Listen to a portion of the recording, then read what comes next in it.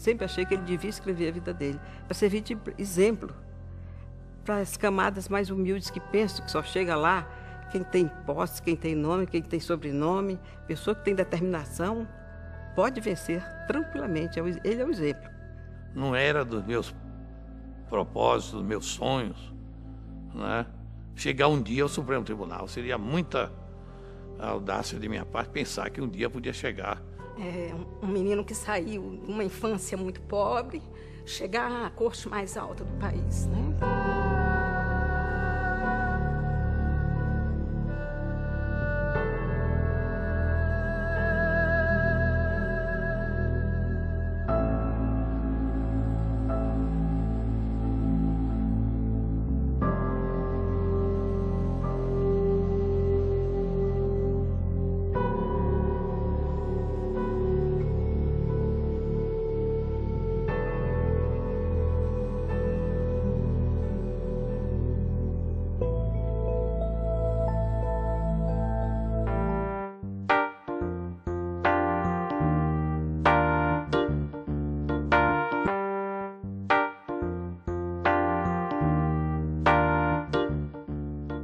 Eu nasci numa pequena cidade no interior do estado da Bahia, chamada Jaguaquara.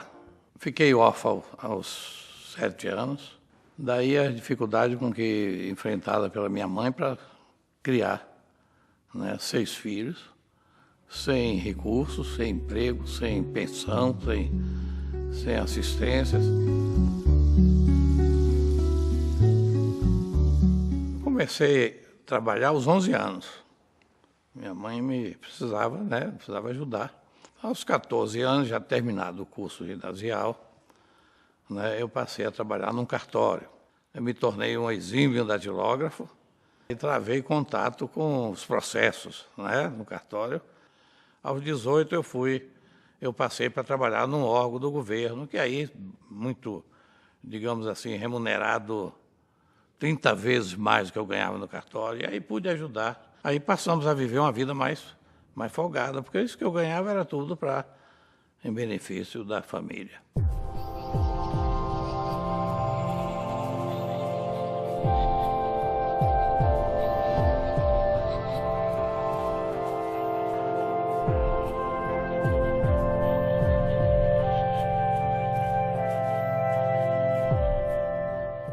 Em certo momento, um colega me procurou e disse: olha, Ilmar, vai haver um concurso em Salvador para o Banco do Brasil.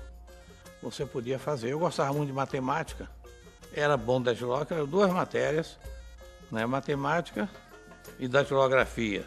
Já 2 matérias que eu já podia contar como certo. Me inscrevi no concurso e fui fazer o concurso e me saí muito bem. Né? Saí em primeiro lugar no concurso no estado da Bahia. E isso me valeu muito. Por quê? Porque eu pude escolher trabalhar em Jequié. Primeiro em Jequié, com o direito de depois passar para uma capital. Né? Que o meu sonho era concluir um curso superior de engenharia. Eu solicitei ao banco que queria fazer valer meu direito. O Banco do Brasil me enviou para São Paulo. Eu sofria na época de bronquite asmática. Em São Paulo eu me dei mal por causa da umidade, o frio, etc.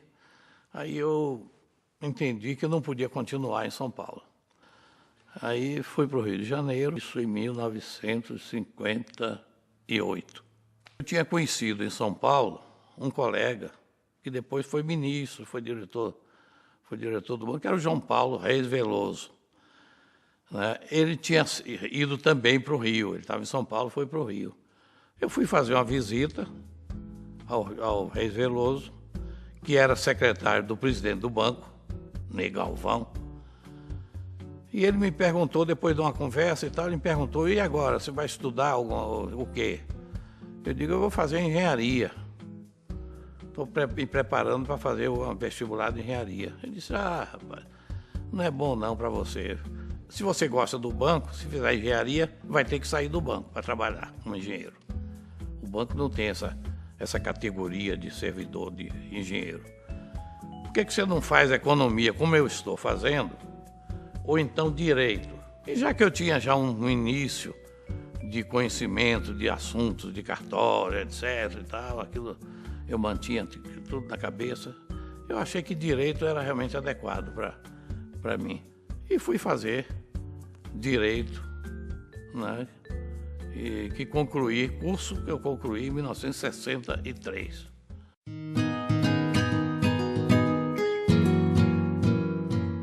Era o Banco do Brasil que estava me enviando ao Acre. Cheguei num domingo. Aí, os colegas que foram me buscar no aeroporto, num jipe, tinha que ser jipe, porque a cidade não tinha calçamento. Era no barro, né? E chove muito, né?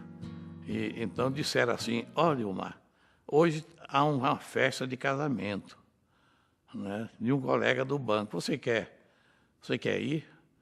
Eu pensei comigo: não, eu posso ir, que eu trouxe paletó, gravata, eu trouxe terno, vou dar para ir. Aí eu fui à noite para essa festa.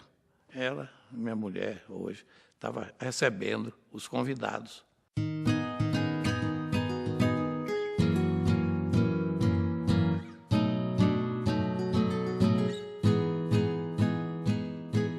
Foi um namoro rápido, porque como ele tinha que voltar para o Rio, como o tempo dele do Banco do Brasil no Acre era um período certo, então a gente viu logo que ou continuava o namoro para casar, ou então teríamos que terminar, porque o namoro no Acre e no Rio não daria certo, né? Então, como nós começamos o namoro mais ou menos em abril, em outubro ficamos noivos para casar em maio do ano que vem. Quando começou o ano, ele falou: por que esperar mais? A gente pode casar antes, vamos casar logo em março. Tivemos 5 filhos maravilhosos, todos, graças a Deus, todos se miram no exemplo do pai.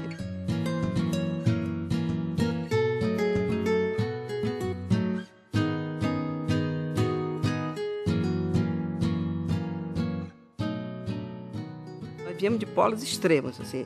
Ele do interior da Bahia, eu lá do Acre, uma vida muito diferente da dele. Mas então eu conheci a família dele, eu sei que tanto que ele lutou para chegar onde chegou. Por ele sozinho e mais ninguém, como chefe de família aos 12 anos.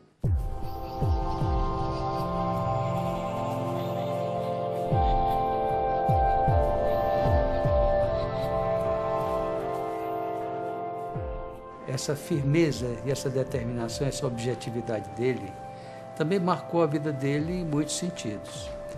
Por exemplo, no Acre, ele fundou praticamente com alguns companheiros a Faculdade de Direito. Para que uma faculdade de Direito? Porque o Acre não tinha... No Acre havia 7 comarcas sem juiz, sem promotor, né? Municípios sem delegado de polícia, por falta de bacharéis em Direito. Porque ninguém queria sair para ir para o Acre. Quem é que queria sair de Minas, de São Paulo, para ir para Rio Branco? Eu que fui para o Acre para ficar 3 meses, acabei ficando quase 20 anos. Por quê? Porque veio a nomeação. Veja só, eu que nunca pensei em ser juiz,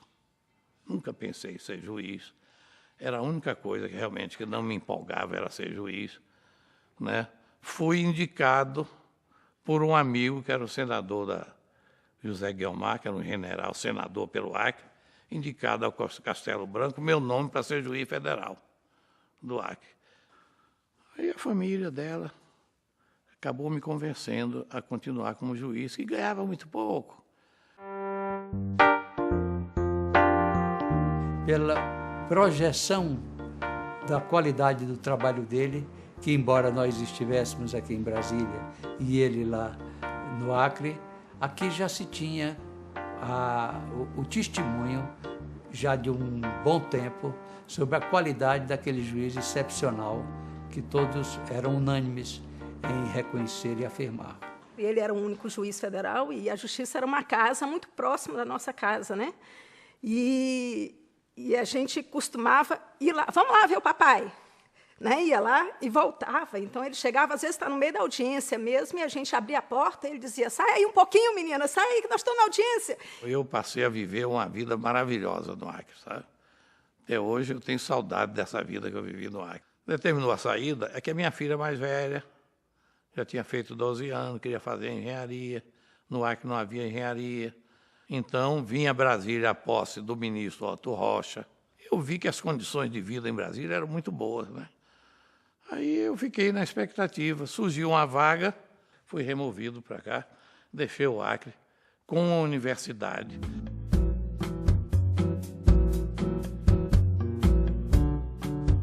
Comecei a trabalhar intensamente como juiz e esse meu trabalho começou a chamar a atenção do tribunal. E eu fui cogitado, né, a ser votado para ser integrante do tribunal.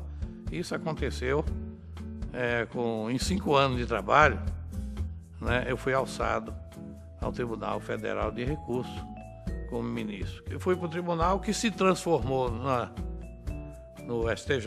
Ele foi de uma rara felicidade em termos de limpar a mesa dele.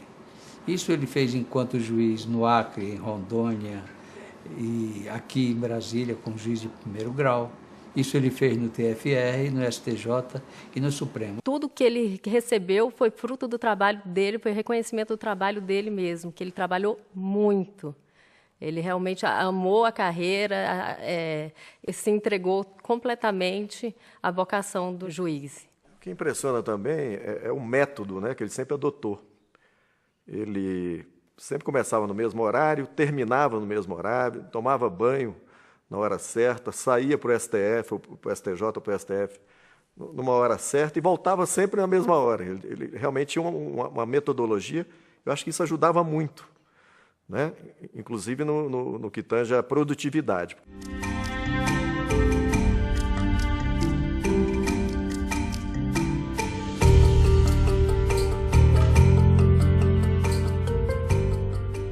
Quando eu vim para Brasília, eu fui designado pelo ministro da Educação para prestar serviço na universidade, na UNB, onde eu fiquei durante de 80 a 90, 18 anos. Eu tinha esse encargo de dar aula na UNB, digamos assim, um professor que dava aula às carreiras, porque eu saía da audiência como juiz, né, eu pedia, eu marcava entre uma audiência e a outra, marcava um período igual ao período da aula.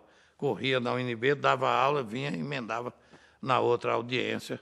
Era assim minha vida, de corre, doido, sabe? Ele é imbatível. Ele é imbatível. Ele tem uma rotina de trabalho que eu me enxergo ainda criança, ele com a mesma rotina que ele tem hoje. Então, é uma coisa assim impressionante. O meu pai sempre disse que ele não foi muito presente, né, isso na nossa infância, mas, de fato, nós temos muitas boas, excelentes lembranças. Ele trabalhava o dia inteiro, isso é fato, sempre trabalhou, mas tinha como... Ele dava o jeito dele de dar a atenção que a gente precisava. Lá no apartamento que a gente morava, tinha um quarto, que era o escritório, a sala de TV e o quarto de hóspedes. E eu era muito criança ainda e gostava de ver desenhos animados. E meu pai ficava batendo ao mesmo tempo, trabalhando com a máquina Olivetti, com aquela barulheira toda, e aumentava mais o som para conseguir ouvir o desenho animado. Então ficava aquela barulheira toda dentro daquele quarto, e meu pai ainda conseguia, mesmo assim, trabalhar sem se desconcentrar. Não incomodava em nada. Eu me lembro que uma vizinha entrava e dizia: o Ilmar pode trabalhar com esse barulho aí dentro? Pode trabalhar, não se incomoda, não.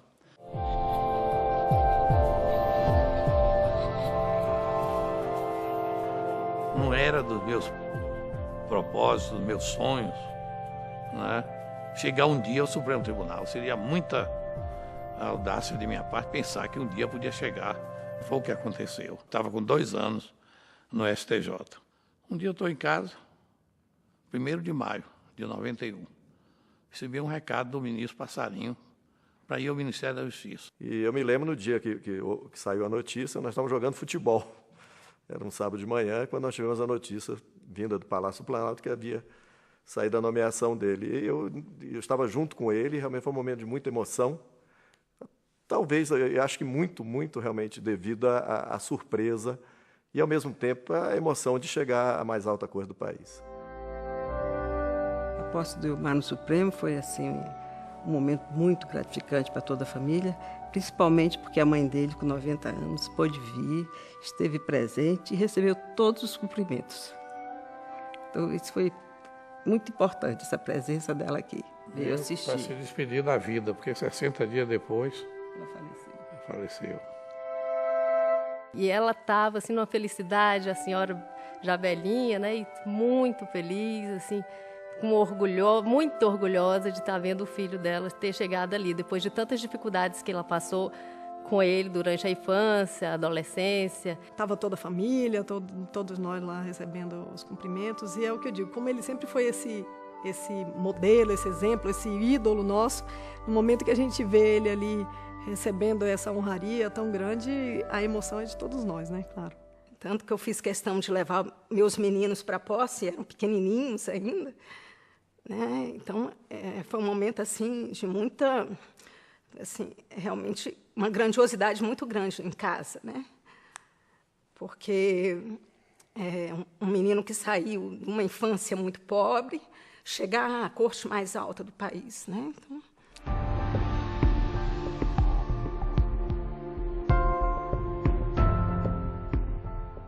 ele se notabilizou não por um caso especial, ele não considerava que existissem casos rumorosos ou não, mas ele se notabilizou pela competência e a segurança nos julgamentos. Eu fui sorteado para relator do processo do processo do Collor. Eu me lembro que um advogado aqui de Brasília chegou para mim e disse: que azar esse seu? Qual? Pegar esse processo do Collor. Eu não encaro assim como azar, não.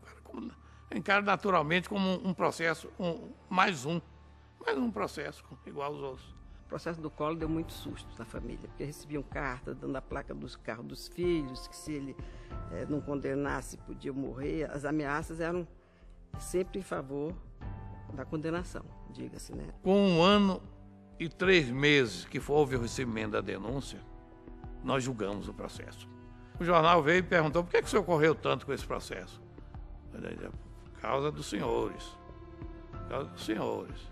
Porque os senhores ficavam dizendo no jornal, em artigo, que eu estava sentado em cima do processo. Cada vez que falava dele, até pelo sentimento de injustiça, assim, do trabalho que a gente sabia que ele estava fazendo, da isenção que ele tem, da imparcialidade que ele sempre teve também, e nós somos testemunhas disso, assim. Então, na hora que a gente vê uma crítica, aquilo dói muito. Foi uma época de nervosismo, de muito desgaste. Mas ele, quer dizer, conseguiu saiu muito bem, né, sendo relator daquele processo. Havia tanta onda nesse país, da imprensa, na mídia, entendeu? Contra o Collor, contra isso, contra aquilo.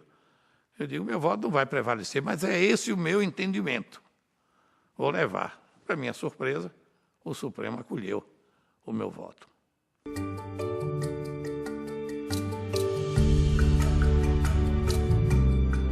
Toda essa experiência ele desenvolveu e se expressou de uma forma extremamente positiva quando ele atuou como presidente do Tribunal Superior Eleitoral. E fiquei trabalhando lá, e trabalhando no Supremo, e procurando dar conta dos dois, como eu sempre fiz. Era a grande preocupação que eu tinha na minha vida de juiz, era dar conta do meu trabalho.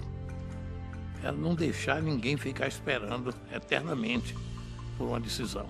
É preciso lembrar que nas eleições de 98, ele presidiu o tribunal, numa época em que estava ainda em fase de implementação crescente o voto, chamado voto eletrônico.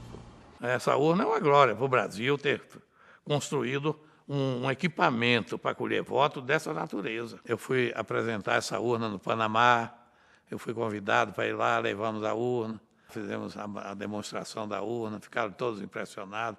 Foi realmente alguma coisa, não é, que envaidece a justiça eleitoral brasileira.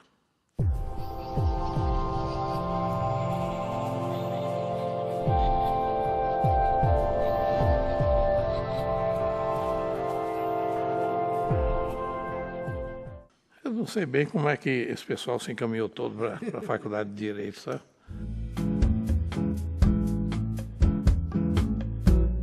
O Jorge já é doutor de Direito, foi mestre nos Estados Unidos, é doutor pela Universidade de São Paulo. O Marcelo é mestre, o Alexandre, o esposo dela, é mestre. A Ludmila é mestra, que fizeram a carreira, estão muito adiante do pai, sabe? E da mãe. É engraçado porque quando eu estava fazendo agora uma parte do meu doutorado na Universidade de Yale, meu pai foi me visitar lá na cidade de New Haven, no interior dos Estados Unidos.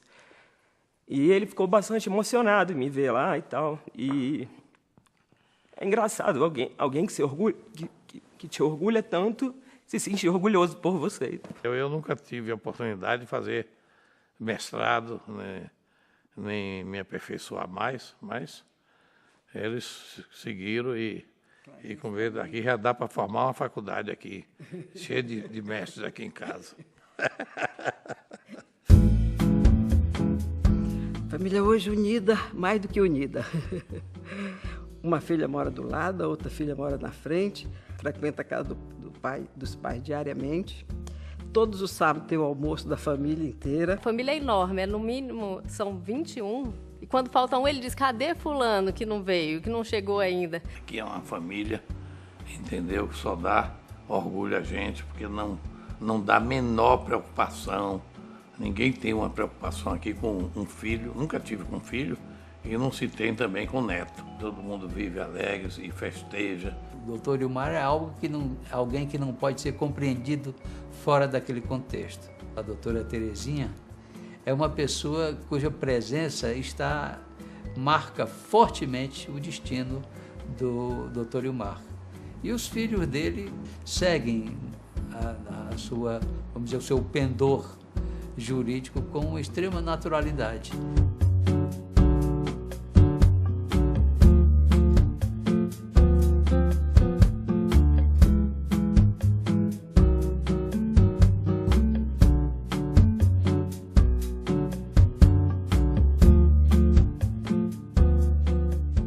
Pode ler.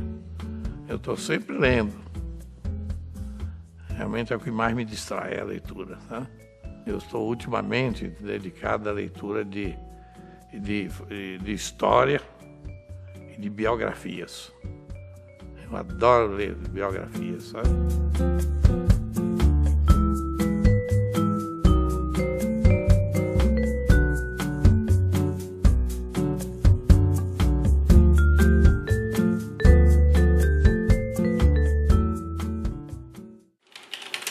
Eu trabalho com ele hoje em dia no escritório de advocacia. E é impressionante como ele já acorda de manhã ligando. E aquele processo? O que eu tenho que fazer? Qual a petição que eu tenho que fazer? Pai, hoje não tem nada para fazer. Ele, como não? Ele arruma alguma coisa, ele procura um processo que está precisando ser analisado com mais calma. O ministro Ilmar é, sobretudo, um exemplo. É um exemplo notável.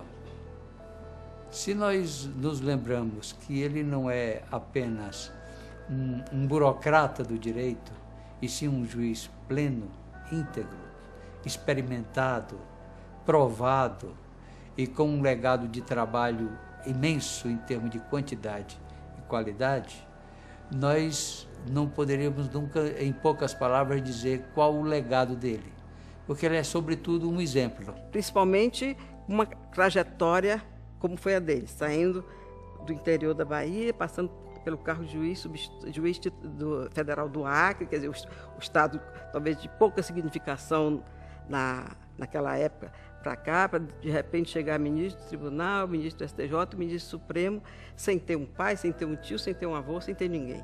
Chegou aonde chegou pelo mérito próprio, pelo seu próprio trabalho e pela sua responsabilidade, sua dedicação, sua perseverança. Eu cresci com meu pai sendo ministro, mas quando eu fiquei adulto, meu pai já não era ministro. É meio que marcante, assim. E eu me orgulho dele como pessoa, porque eu convivo com ele todos os dias hoje. Porque ele realmente é um pai, assim, maravilhoso. Não tem palavras mesmo para falar sobre ele. É muito orgulho, é muito orgulho. Eu digo que são 5 filhos e todos, assim, todos chorando, quando tem que falar do pai. Aquele sorriso dele, às vezes, um pouco quase maroto, quase de criança, não é? É um olhar de muita compreensão e do sábio, daquela pessoa que ouve e faz de conta que não tem o que dizer, quando na verdade ele tem muito o que dizer e tem muito o que contar. Então, mais do que o cargo em si, eu acho que é fundamental e nos causa muito orgulho mesmo é a história de vida, que é uma história marcante. Eu digo que você daria um bom filme.